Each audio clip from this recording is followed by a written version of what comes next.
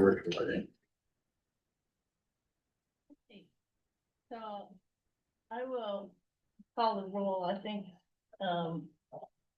Claudine Burnham here, Susan DeRoy here, Miles England Here. Alan Howland Here, Tom Krasinski. his mother's in the hospital. And- Okay, Yes,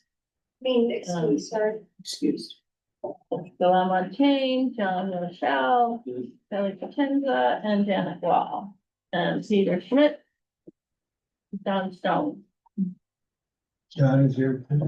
No, he didn't, no. He's not here. Okay, For the record, Madam Chairman, Commissioner Petrie is away on important business. okay. Okay. All right. Sure.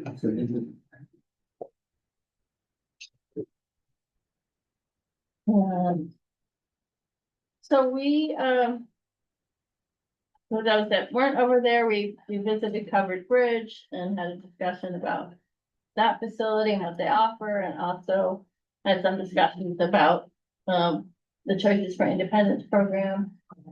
So now we want to hear about, Riverside Rest Home. And, Sure, yeah, we have we currently operate 170 of our 215 beds. The balance is we're trying to attract staff to open the one unit that's closed. We have a full dementia unit of 42 people, and we have a full behavior unit of 36 people. That's the atypical people that are excluded from the statistics that you guys got. Atypical is not included because it's reimbursed at a higher rate, and it would skew our acuity, and it would meaning that we would be paid more money for the rest of our residents if they were included. So the state excludes them from our rate calculations. Does, this is gonna show my address, does skilled care reimburse at a higher rate than regular staff? Yes, but we don't do any, I mean, right now I have no skilled care residents. Right. But if you did, it would reimburse at a higher. It would most likely. The trick with skilled care and the difference between skilled care and regular care, let's call it whatever you want to call it, behavior unit or standard Medicaid or private pay or whatever, is in skilled care, you're responsible, you meaning the facility, is responsible for outside treatment and medications.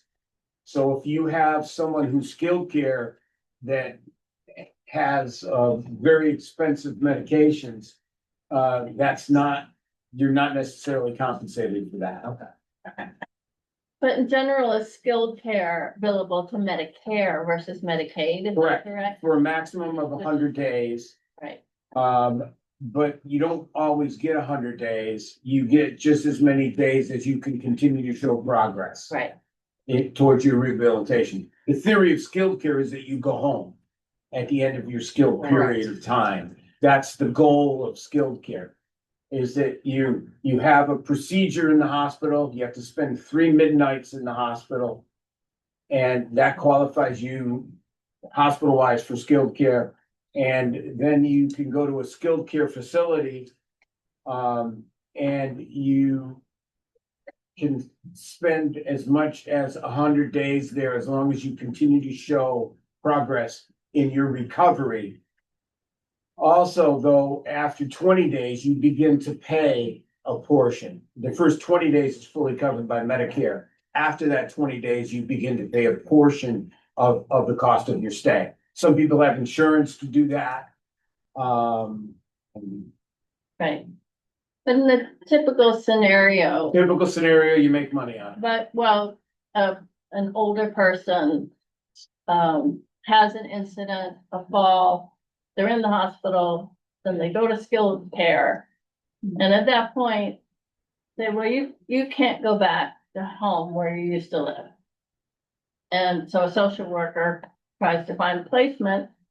And if you don't have any resources, that's often when the referral is made to Riverside. Is That's that a exactly right. typical scenario? Yeah, and we would help them get on Medicaid. You know, we would assist the family, and or sometimes the resident themselves if they're competent. Yeah. But usually they need an outside family member to help them because it involves 5 years of past bank accounts. Yeah.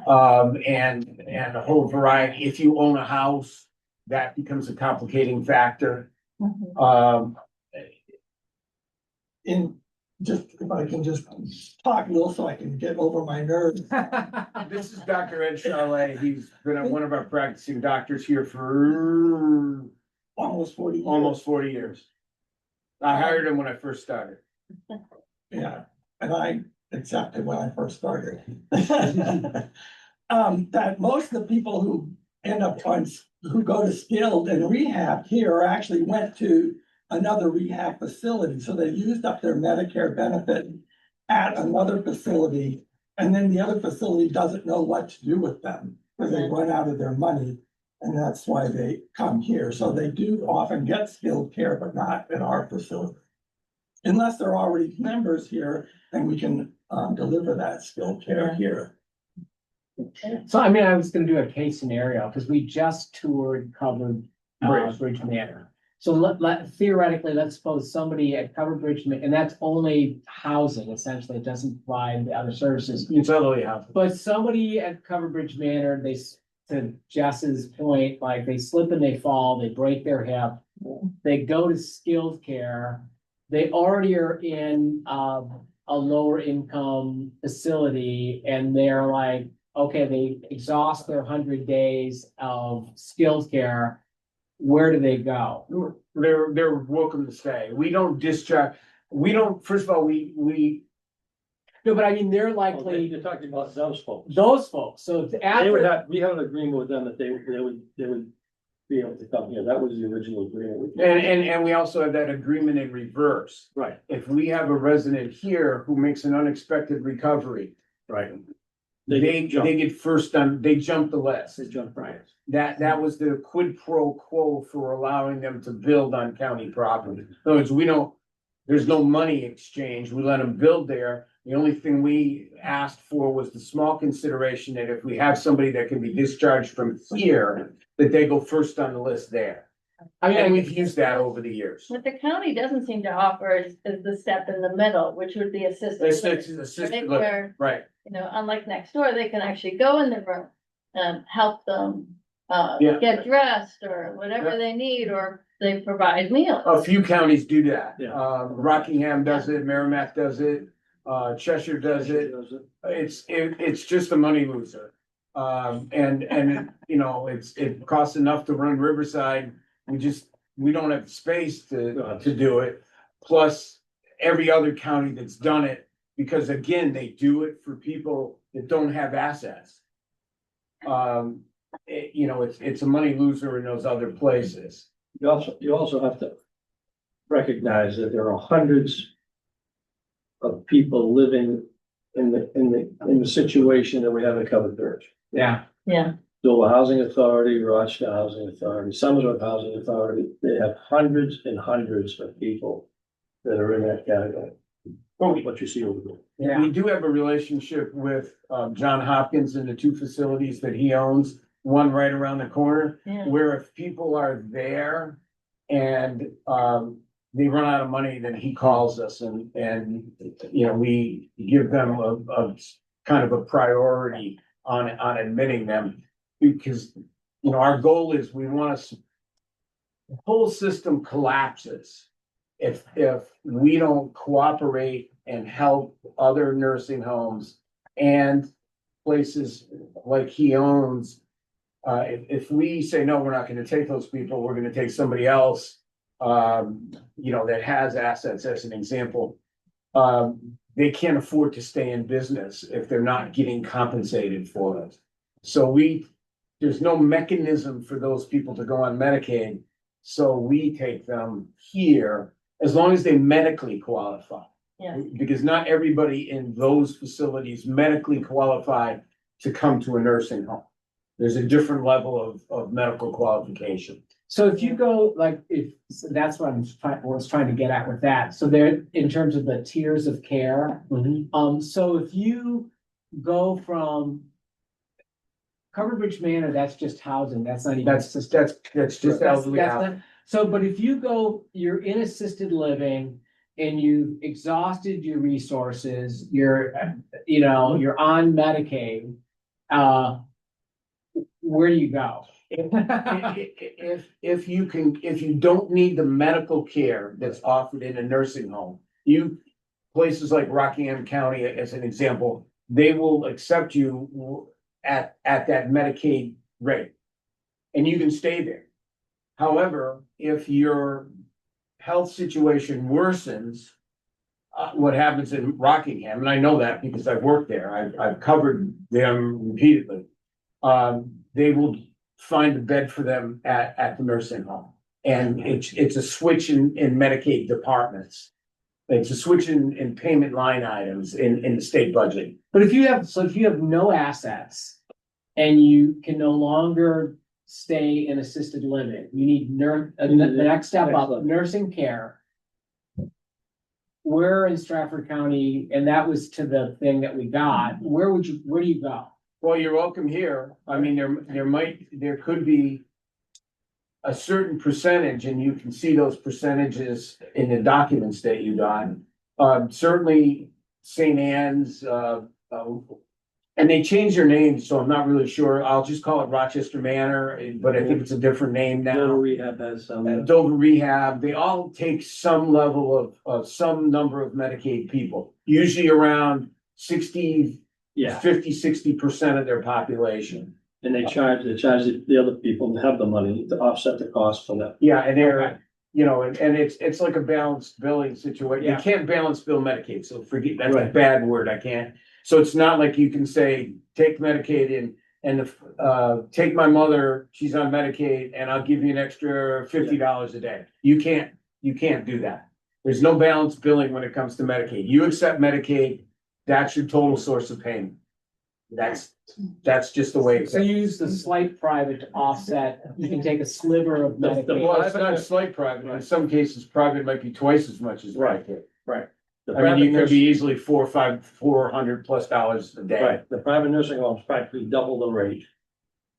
So that they can stay in business. So they're spending people's money. And That's that's fine. That's just part of the system. Okay, so you were talking earlier about having a unit that is closed because you don't have any staff. And You not don't have enough staff, correct. but you have a ratio, right? Well, there's no federal ratio any longer. President Trump eliminated the federal ratio of staffing. As of, Well, it never got instituted. In other words, when the Biden administration and the Congress and the Senate passed the staffing resolution for nursing homes, they gave it a future starting date so that nursing homes could gear up for that.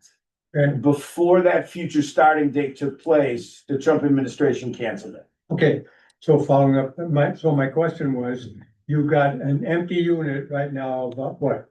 42 beds. 42 beds, and how many people would you don't have to have a raised staff ratio anymore, but you don't have the people to open that, right? Correct. How many people would you need to open that? Well, you need 5 nurses, maybe arguably, sometimes we split nurses, they're called floating nurses, meaning they're our employees, but they don't spend all their time on one particular unit. They Okay. might go to 2 or 3 units. So you need 5 to 6 nurses. You need, 8 aides, to cover day shift. You need, you probably need 20 aides and 6 nurses. And those people are not available on the market right now. Not right now, but we're working at it, Well, I'm sure you're working at it. by The question is- our teaching. Yeah. But they're not currently readily available to us. And I think that's not unique. I think about every nursing That's where home I'm in that going. situation. Inquiry. Yeah. Okay, so, Is it, Yeah. I was just gonna ask, a question. Yeah, I Is wanted to it say possible to do a calculation of what that would, I hate to make you do the math. but. It's actually not complicated. Yeah, just like how, okay, to open, and I know you've already done it, that, like, how much it would cost to staff to open up? And then how much theoretically we would be reimbursed Sure. by Medicaid, and then what's the delta that would have to I be got picked up by the county? Yeah, I can have that prepared for you. That's not a problem. Ray, what's the average length of stay that a resident has here?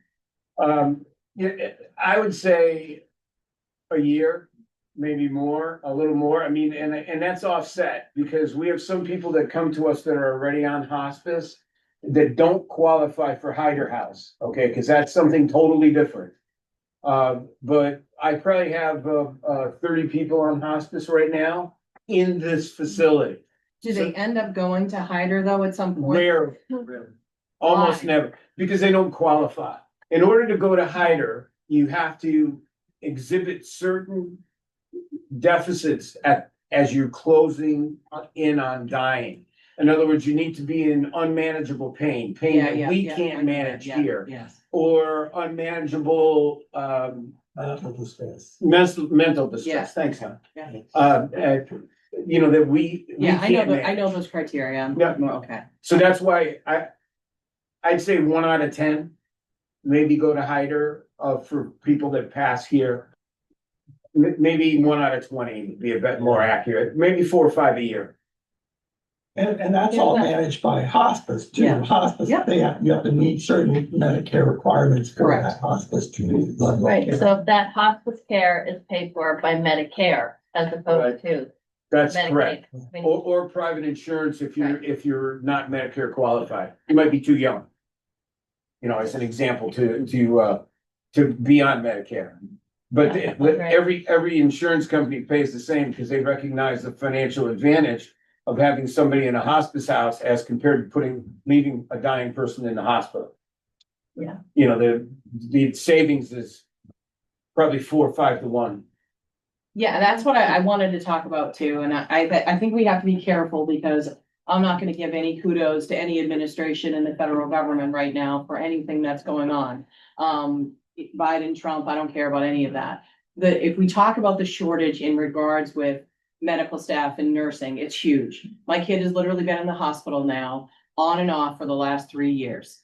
The problem is that we've got all contract nursing. That's really what it is. The floor that she's on right now is 70% all contract. They're not, and the crazy thing is that the people that are there full time are all mad because the contracts make tons more. They get the reimbursement for their housing and all of that kind of stuff.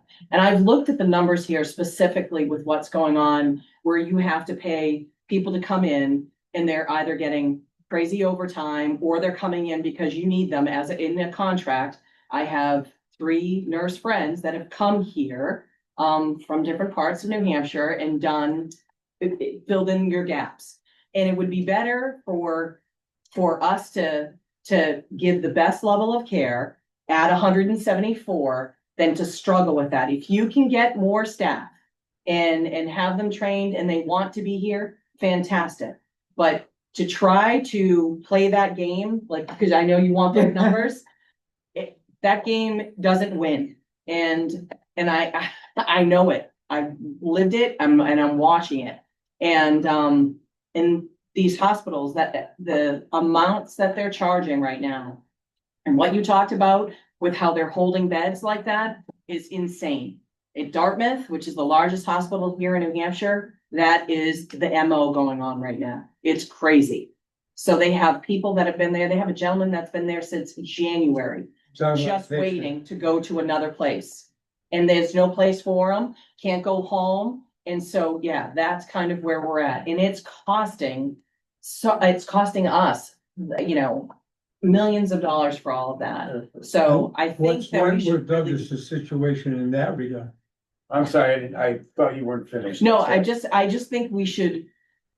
This place needs a rehab. I get what we need here, and there's a lot of information that we're gonna get. But I think the focus should truly be in the interim, not to try to pack this place and try to get staff. If you can get more staff and take more people in, fantastic. But let's just be very careful with the contract and the overtime and all of that, because that just gets you down a path where everybody's struggling right now. I mean, Fortunately, we have no travel nurses, so we don't have any, we never have. And travel, the difference between travel nurses and pool nurses is simple. yes, Travel nurses come from other parts of the country and you have to give them housing and all of those things. correct. And they commit to a period of time.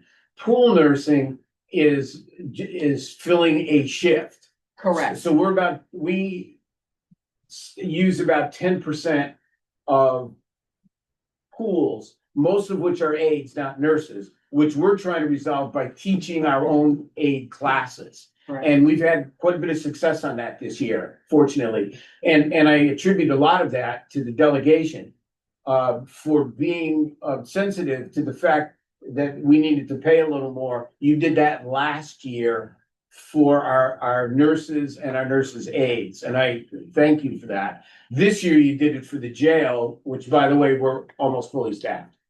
I mean, ironically, I'll just add, my wife actually does per diem. She's an OBGYN at what we're done. Well, that's a little different. Intimately Yeah. knowledgeable about per diem and locums and the cost and the impact of locum tenens. But when I said so that is, when I said your calculations, that's part of those calculations.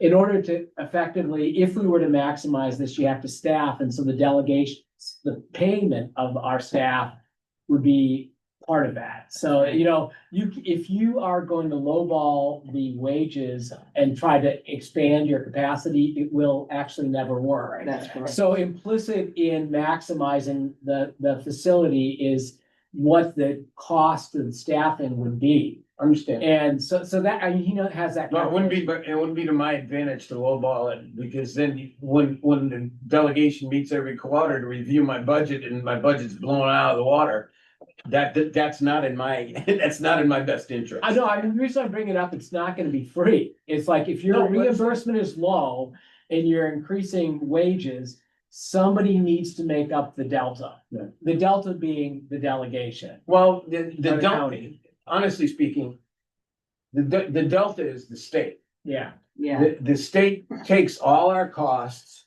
all of our costs for all the nursing homes.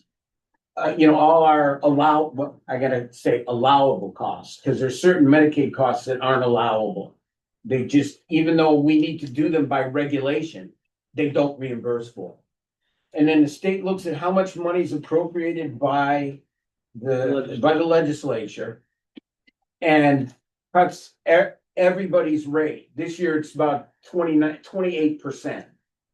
So they'll take what it actually costs, or what they could reimburse you if they were fully funded, and they cut 28% off of that.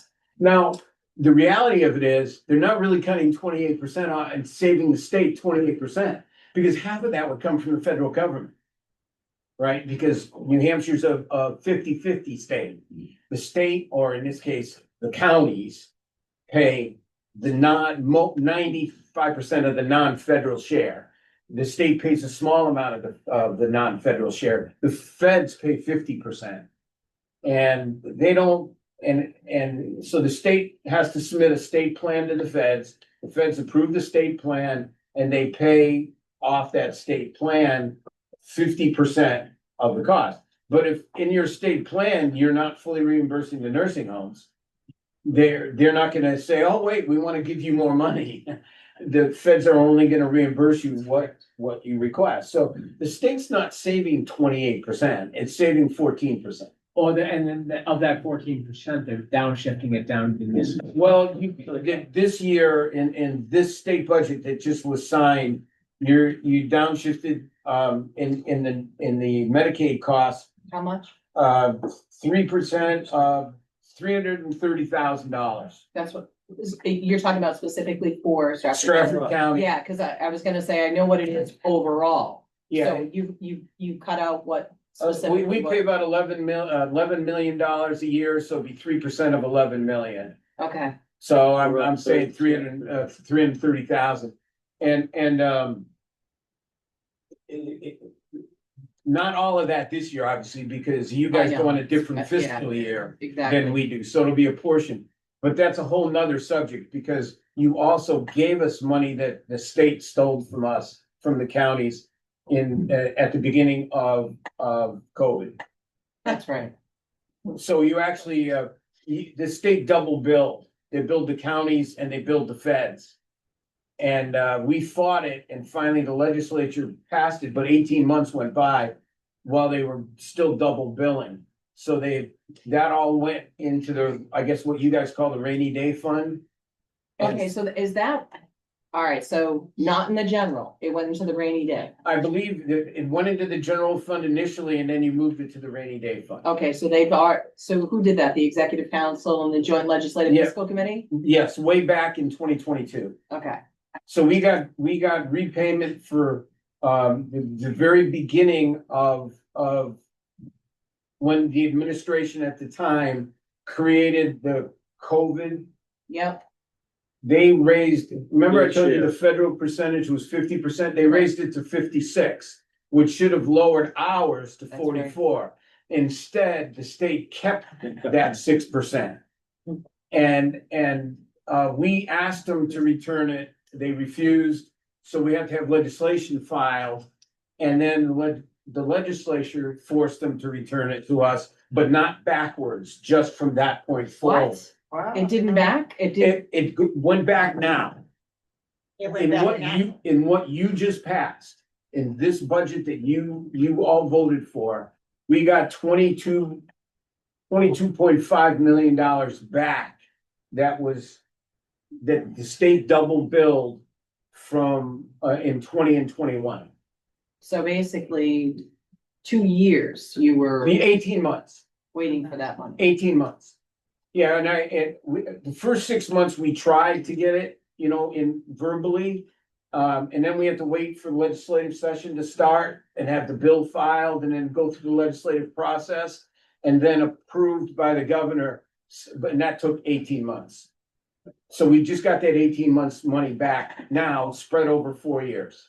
Yeah, Spread it's over 4 years. Yeah, I was you're gonna spread- say, it's over 4 Yeah, years. you spread it back, you spread it That back doesn't over that 4 years. doesn't mean anything, because next year.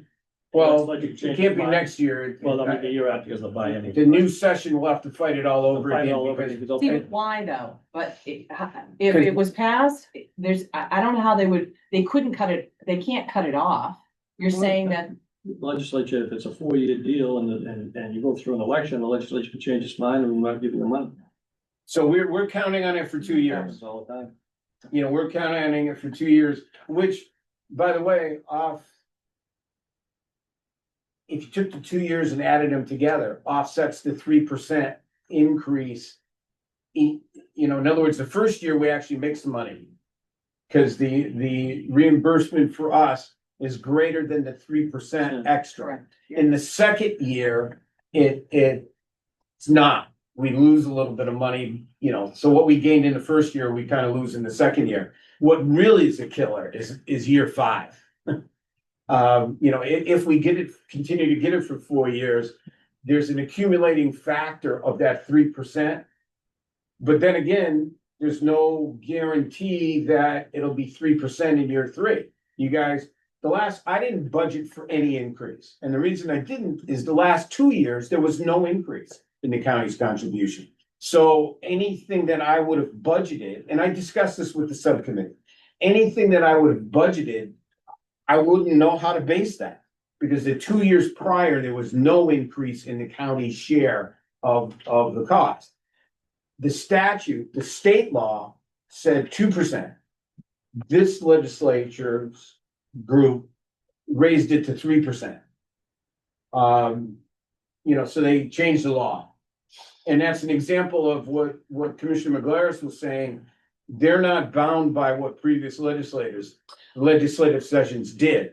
So they raised the percent to 3. That's why it shouldn't be over 2. It should just be on 1. It should have just been in that budget and they could have done it over the 2 years. Yeah. And it basically, they should have made everybody whole and pulled it out of the rainy day fund. Well, that's what we asked them to do.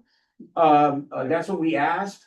And I know for a fact, because the budget that came out of the House had a 3% Medicaid cut, as well as So our rate would have been cut, and then everybody's rate that accepted Medicaid would have been cut 3%. Plus, there was the 3% add-on for our, what we call our cap, what the maximum that the counties could pay.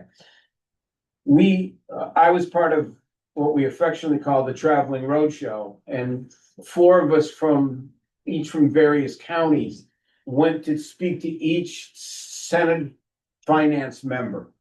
And they agreed to, they said they would consider lowering the 3% to 2%, which did not happen. But they did agree to continue what the House did, and that is refund us for the Money that they stole. money that was, well, I call it stolen. Probably a better term would be double billed. Yeah. Because they build the feds and build the counties for the same money. Got that? Yeah, I got it. It's just, it's ridiculous because Well, we it know is what that does, because this all then trickles down. Yep. Directly to your small mom and pop family, and their property taxes are gonna go up. That's And right. everybody is screaming about property taxes and every other thing, but that's it. And to try to explain that, people don't understand. They don't pay attention on the county stuff. They don't even pay attention Well, on it's the local complicated. stuff. They just really kind of think that it all happens in the state house, and it really doesn't. It No. happens here. This is where a lot of that stuff is really happening, To so. answer, Representative Schmidt's question, we're square with Wentworth Douglas. They don't have anybody waiting to come here. Oh, And Frisbee. okay. We take care of our local hospitals. We also have kind of a special relationship with St. Joe's in Nashua. Because if I have a resident, I have one now, that needs a geriatric psychiatric unit, it's easier for us to get them into St. Joe's than it is to get them into Frisbee. So if St. Joe's calls us and says, hey, we have one of your Strafford County people, can you help us out? It's a quid pro quo. They help us, we help them.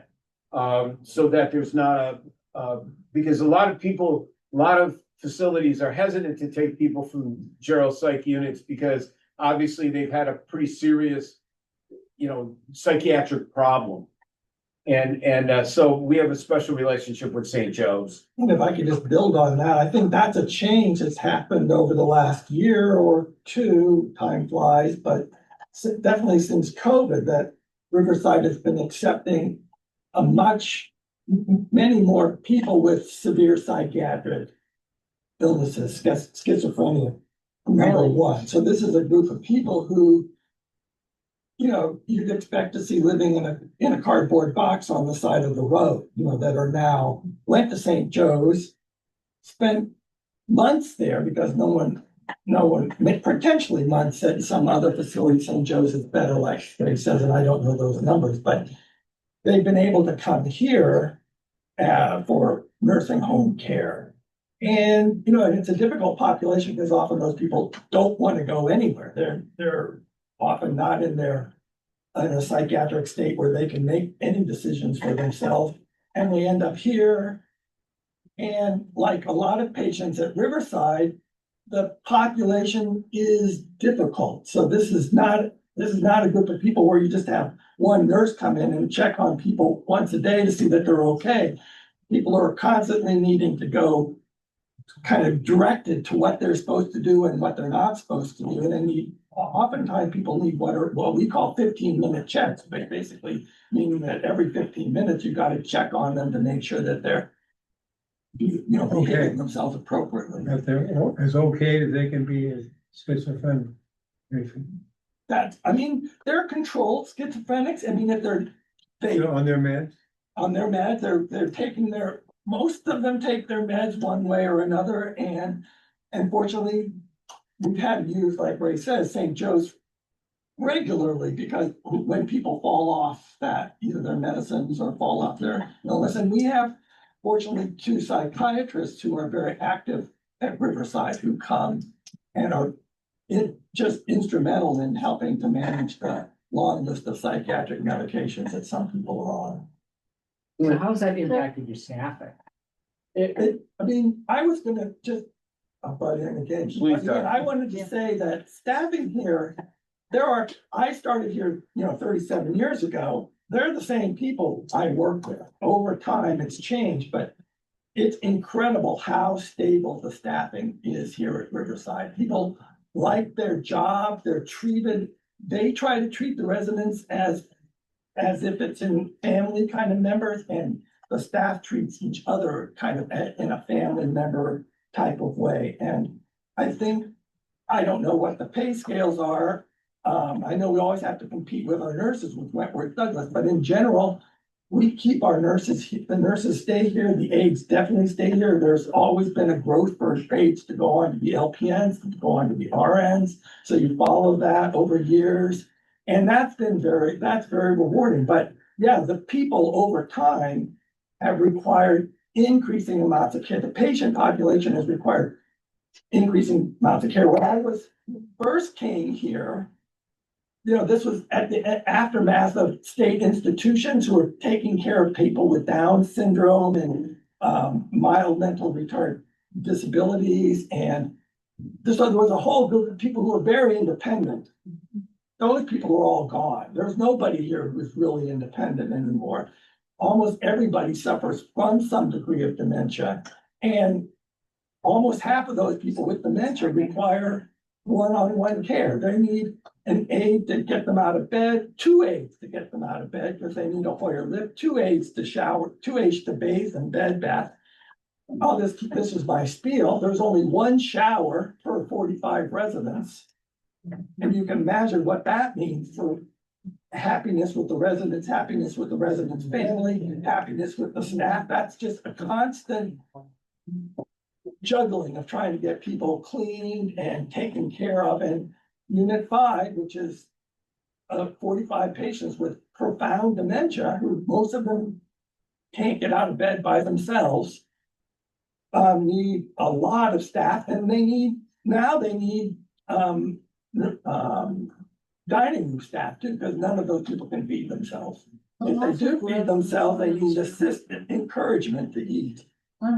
Thank you. I'm really, really pleased with the comments you're making, because I think we all need to understand the quality of care that residents are receiving here because of this. Incredible here. Yeah. I've worked at Rochester Manor, Langdon Place, was Clipper Home, Dover Rehab. Most of the facilities in the neighborhood I have worked at, most of those were my own patients that were at those facilities that I went over to see. And yeah, the difference between how care is provided here, not to say the care in other facilities isn't good, but I think that Riverside just gets a gold star as being able to work together as a unit with the staff and provide really a kind of, as much as possible, home environment. And and obviously the main thing I want to talk about is the difficulty of doing that in an environment like the facility of Riverside, which is just literally falling apart. The nursing upstairs, I was just talking to them today, say, we only have 1 shower and it leaks onto the floor below us. So that's what everybody's dealing with every day. There's only 1 bathroom for 4 people. So you've got 2 residents that require 4 staff members to try to get them up and out of bed. And so you've got 8 people all trying to get 4 of these people into a toilet.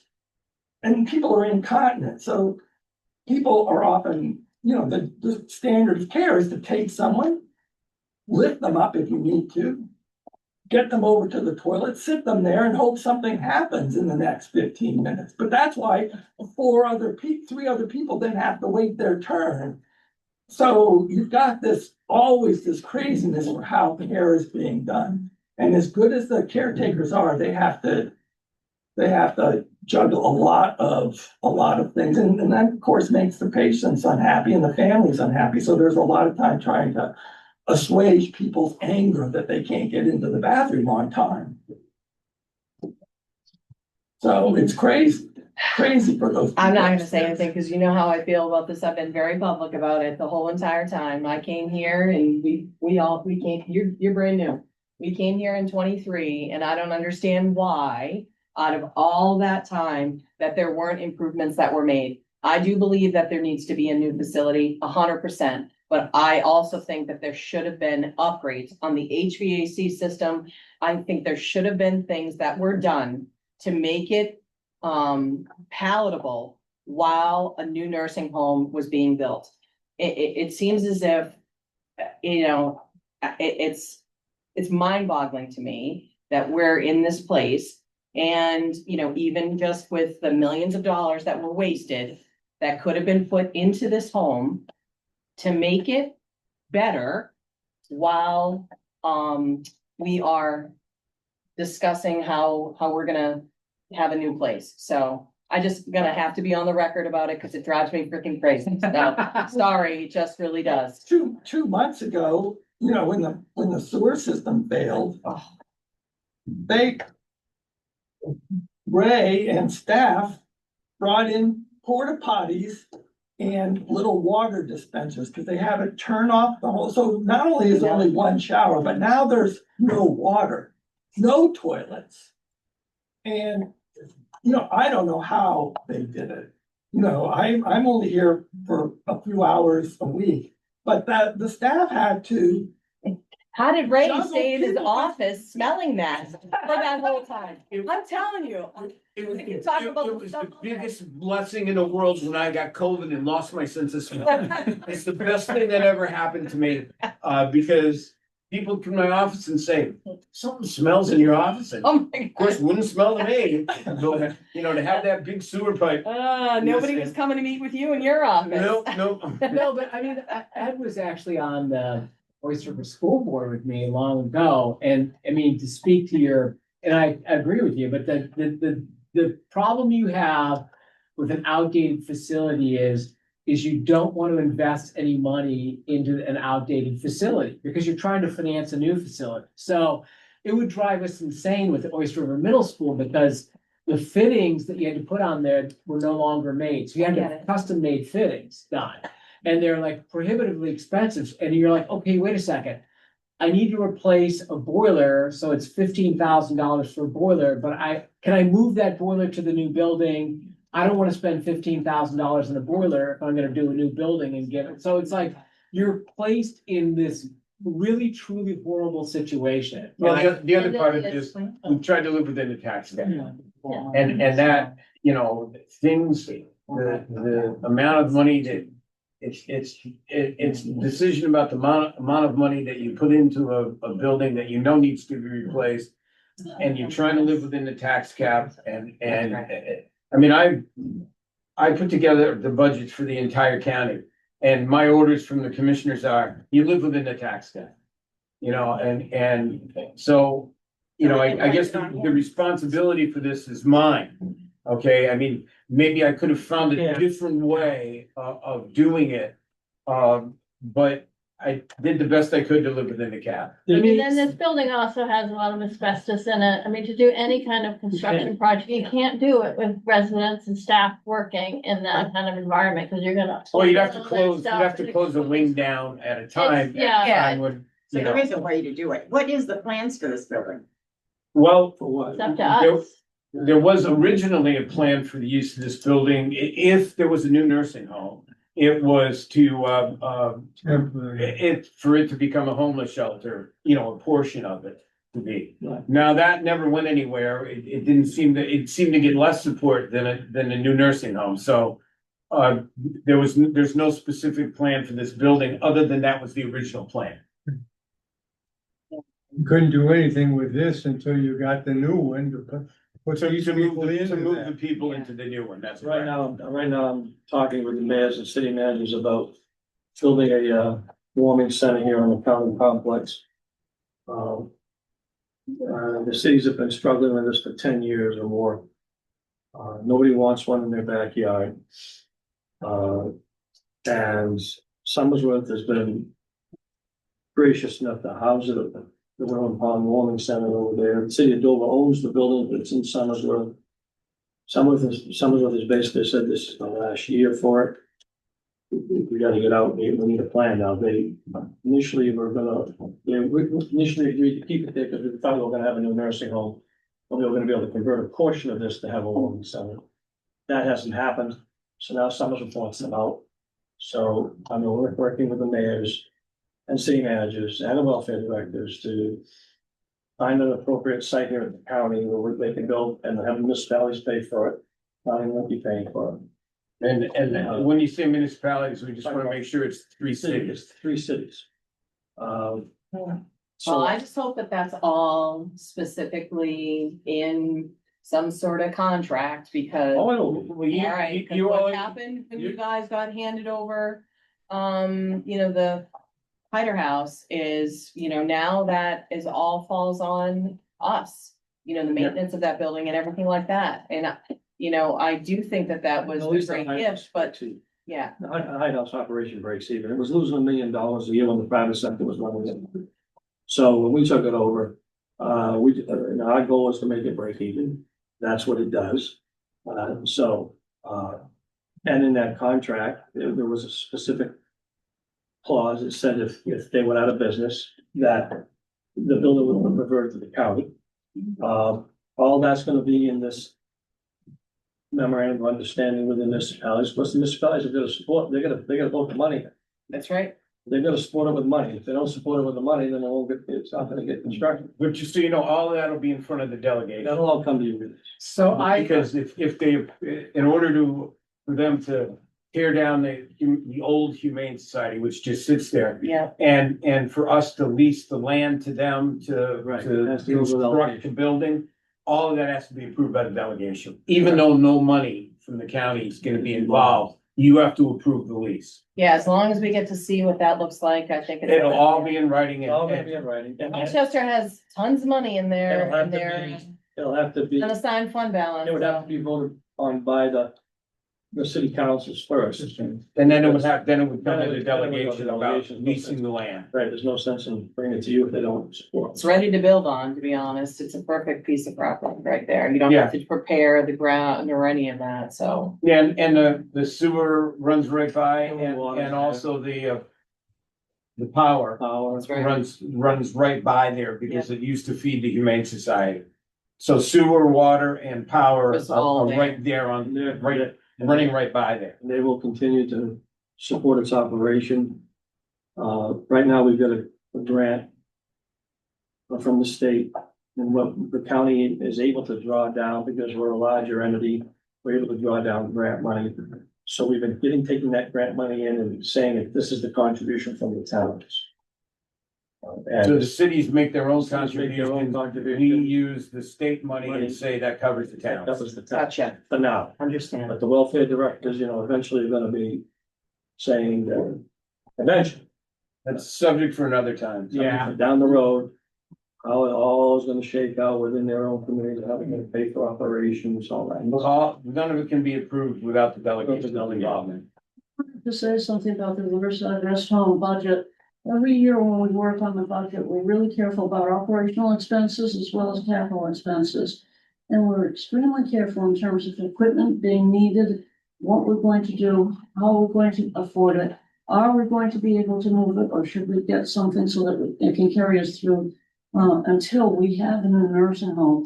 And I want to say that I'm personally very pleased with the budget that Ray and the commissioners put together every year, because there's no waste in it. It's always a bare bone budget for Riverside. We're not wasting money over here. I know We're we not neglecting things deliberately. What we're doing is trying to keep up with maintaining what we have and what we have to have in order so the building is habitable and so that people can live here with some degree of comfort. And I'm sitting here looking at the air conditioner in the window and all. I noticed as I was coming in again, how plywood has to be put over some windows so you can have an air conditioner. Who wants to be claustrophobic in a room with no real view outside? No, we have to do something. So I'm very pleased with the progress that is being made. We need to do something. And again, I don't believe there's ever been any waste. One last quick thing. The other thing that we started in to complement what Representative Law is saying is, I've spun one person off of, our housekeeping department. And all he does now is whenever we never have a vacant room because it's all two people. But we've created a system where when one bed becomes vacant, we'll impose upon the other resident to stay out of their room for periods of time. And over the course of 2 or 3 days, they'll totally revamp that room. Nice. They'll repaint it, they'll redo the floors, I wish I could tell you that it was my idea. It was actually the idea of the maintenance person. The housekeeping person that does it, and instead of having rooms that, we just move people into that, aren't rehab, we're rehabbing every room as it goes. It might cost us a day or so in admission, we like to admit somebody right away when the room becomes vacant, but it might cost us a day or two, but obviously, whatever happens with a nursing home, if anything ever happens, it's years down the road. So we can no longer let these rooms, Deteriorate. Well, we deteriorate. were backfilling, somebody would pass away in the morning, we'd backfill by the afternoon. So that's, I don't know what the waiting list is today, but I remember we had 150 people on the waiting list. Wow. So, they're sitting in hospitals, they're sitting places, during COVID, it was insane because the hospitals were screaming at us all the time. That's calmed down now, but they were screaming at us to take people because they were locked up in, But we've got through all that. It's something we manage every single day. Literally every single day. Including fighting the staffing situation. which we talked about before. A question came up at yesterday's commissioners meeting, from one of our commissioners about what are we doing about bariatric people? And because this building was built so long ago that bariatrics didn't seem to be an issue. There are some people that we can't take because they can't fit through the doorway. Of the doors that were built 50 years ago. Now, it's something that didn't seem to be an issue 50 years ago. I can tell you it wasn't an issue 40 years ago when I started here. But it's much more of an issue now than it used to be. So what we do, and Dr. Charlet's aware of this, we can take like one bariatric person per unit. And then we work with them on their diet but a lot of times there's been 60, 70, 80 years of habit that we're trying to break. That is just impossible, even though the dietitian works with them. So, bariatrics is a fairly big issue. It requires special beds, special lifts. The last lifts that you guys authorized, we got them to 800 pounds. So now we don't have any 800-pound people here, but we have some 400 and 500-pound people. But the thing is, it takes 3 or 4 aides to do care on one person that weighs that much. And the rooms are often, the rooms are so small that the bed is often smashed up against the wall in order to give a little bit of space in the room, so that your care is often very difficult to provide because this 400-pound person, you can only reach from one side. You have to move the bed out to get around to the other side.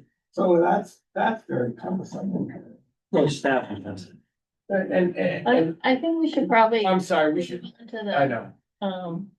tour. Oh, but sure. we'll I just- break- yeah, I just want to make one, because I first of all, I want to apologize. It's been like a massive information dump this morning for everybody. course. And I kind of knew it was gonna be, but I wanted to get us off the ground. We're gonna have some time to process it. I think we definitely need another meeting in August. I think my thought process, just me, what was brought up, what we need to talk about is, one, how would you slide a bond? Because that was the report that you guys did, which everything has kind of changed, is how do you slide a bond in to pay for either a rehabilitation or a new nursing home without spiking the county tax? You don't. You don't, but how do you, whatever your, your past plan, you had a plan. Yeah, there's that- still aspects, right? There's still aspects of the past plan that if we went forward with it would work.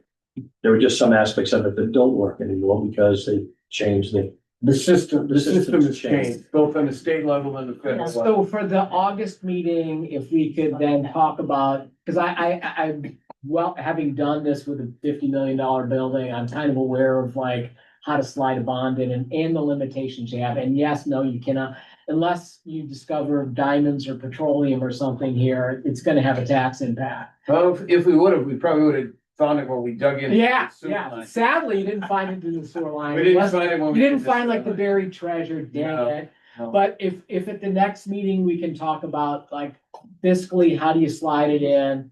What that would look like, what has changed? And I think that would also then give you an opportunity when we talk about census and size and how that fits. So I think that is enough. I mean, it'll be one room, still information intensive, but it'll hopefully get us to an idea about kind of fiscally where we are. So that would be my suggestion. I'd like to see what the past plan was. And just review what. I think that I can, this is next meeting. I just have a question. I know we were talking about bonds and taxes, but is it possible to get outside funding and still be able to do some of that as well, like a contribution type of much more? Well, I mean, that's not something we pursued because we've never been authorized, by the delegation to tell somebody, this is what you're donating towards.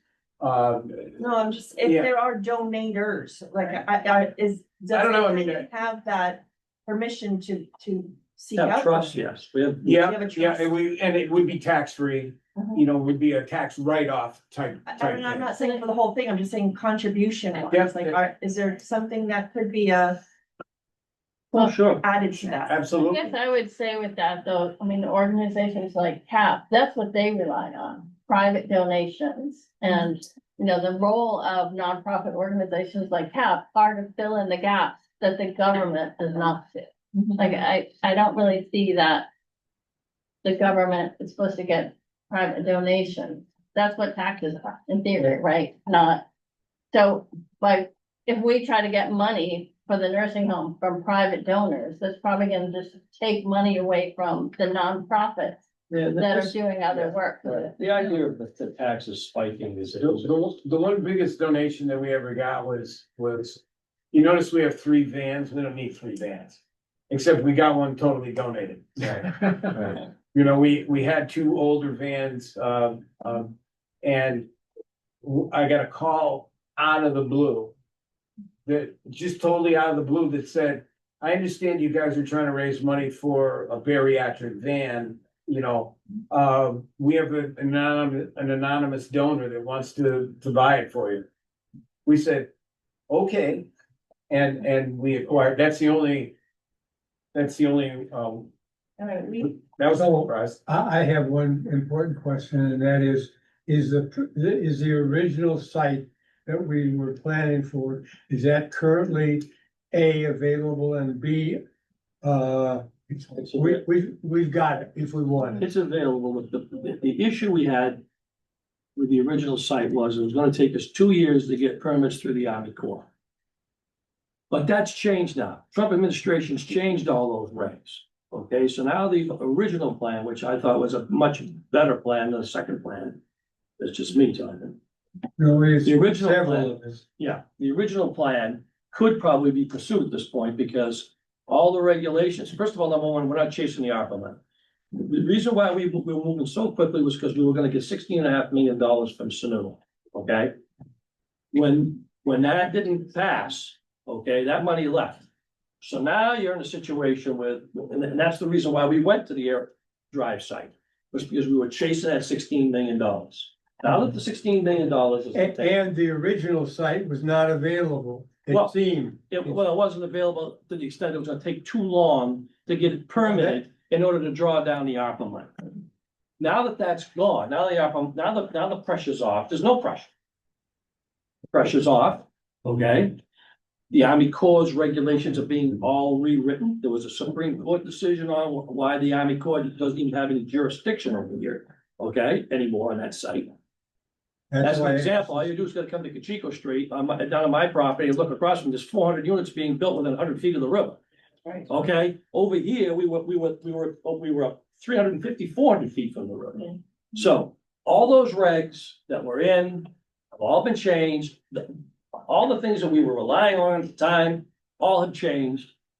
So at least from my perspective, we should be looking back at the old site and the old plan, because the old plan cost just as much money as the new plan.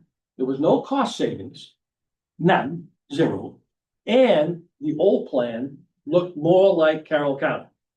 I kept hearing from members across the aisle that they wanted something to look like Carroll County. The old plan looks like Carroll County. And had lots of other advantages. And Yeah, let's hold that thought.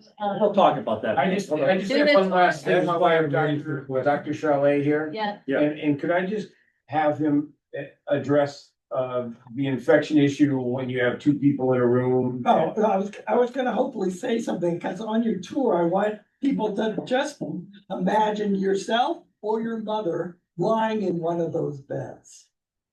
The beds, you know, as much as Ray says we're rehabbing those rooms regularly, which is great, it's basically putting a new coat of paint on cinder block wall. The electric lines still are in strips, often at bed level, with electrical outlets, often at bed level, with the bed pushed up against the wall, with a curtain that always blocks one of the members from any sunlight, yeah. with a, you know, roof like this, which is, you know, adequate, but not very pleasant. And it's an infectious disease nightmare with COVID. You've got, always have two members. So one person was always being isolated, even though they didn't have COVID, because they didn't have any choice, because they were a person. We get skin diseases that are a huge concern. And those, again, with inadequate hygiene to some degree, or difficulty with hygiene, and the close quarters, it just makes all of that kind of medical. Was it the neurovirus that we had this? Oh my gosh, yes, neurovirus was spectacular. In the wrong kind of way.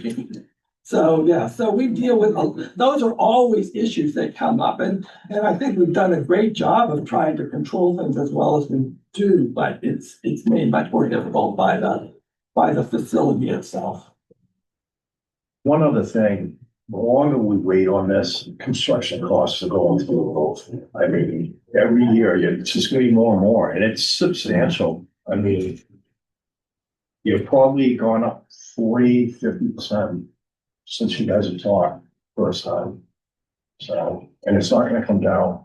All right. Let's talk about all that stuff at the next meeting. Yeah. For sure, and talk about, Mike Freeman's information that he shared and,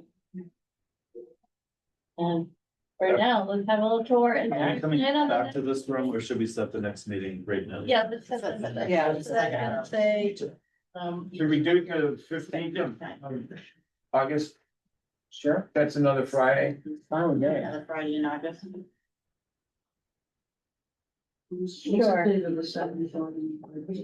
I'm The eighth. sorry, sir. The second Friday is the eighth. Yes, sir. Just the eighth? He wants the 15th. I was hoping for the 15th only because I haven't had a vacation in I 2 years.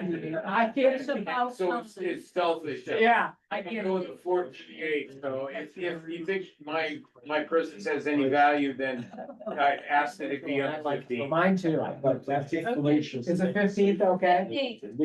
Yeah. 15th. August 15th.